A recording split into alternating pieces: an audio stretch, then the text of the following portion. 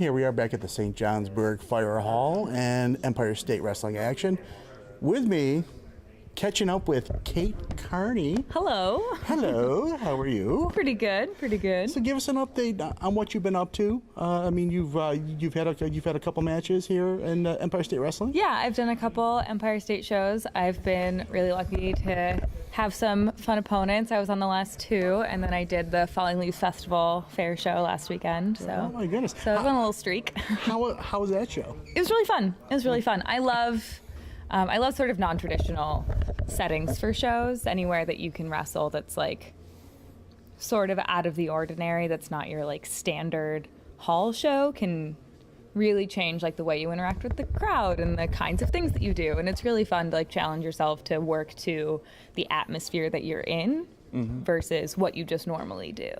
Now, the part that I guess the fans don't see is that, you're not a wrestler full time. No. Well, I mean, are any of us? Yeah, right. But there's like other things that you do outside. Yeah. I'm not currently a wrestler full time. I have been before though, which was really nice. I was grateful enough and lucky enough really early in my career to get to go do full-time wrestling TV in South America. So, wow. So I got to go do 6 months of training and filming for Luchando en las Americas in Paraguay with Spinelli, who I've wrestled here. And that was great. So I have done the full-time wrestling thing. Man, what kind of a toll does that take on you? Oh, man. I'm like... So we were doing 2 shows a weekend and training 5 days a week. Right. So we had Sundays off, and that's it. And it was very, very challenging. I came home and I just went on like a 6-week vacation with my family, and it's like I'm not even looking at a ring because everything hurts. I came home with like a limp and a sore this, and as soon as I got home, I invested in like really good quality knee pads that I've been wearing ever since. Now, when you're wrestling full time, the injuries and all that stuff, getting up the next day. Yeah. I mean, how did you handle all that? It can be tricky.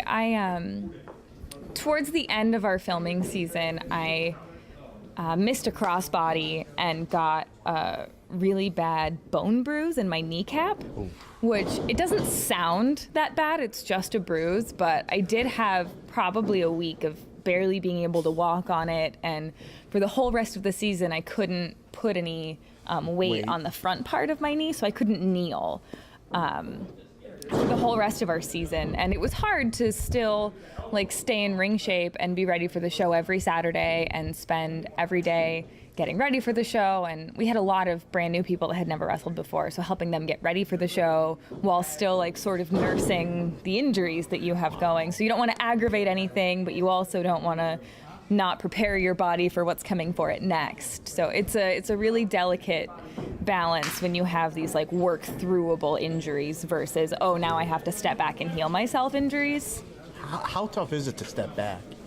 It's very tough to step back. I've had a couple of injuries where I've had to step back a bit. I had some sciatic nerve damage when we first moved here to the East Coast, where it took me a while to like jump back in and go to training and start looking for bookings because I couldn't sit at certain angles and I couldn't run anymore. And I was like, well, this probably isn't the best way to step into a new wrestling scene. So I had to stop and let my whole sciatic situation heal. Before wrestling, I had a pretty catastrophic elbow dislocation, and I missed most of a cheerleading season. And it's always really hard to convince yourself that not only, oh no, I'm done for a while, but more importantly than that, to convince yourself when to go back. It's really easy to be like, oh, I think it's good enough. Like, I can just go back now. Like, it's good enough to go back now. But like going back early is just the worst thing you can do, because then it never heals and you have this injury forever instead of just having this injury for another month. Right. So that can be tricky too. So being on TV, how nerve-wracking was it the first time going on TV?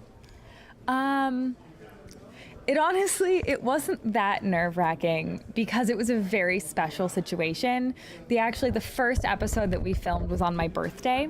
Oh. So the first thing that I filmed was just a televised birthday party where I got all dressed up and got to walk out and everyone sang me happy birthday in English and Spanish. And then of course, I threw a cake in someone's face. So for me, the first time I got to like do this big televised moment was just really, really fun.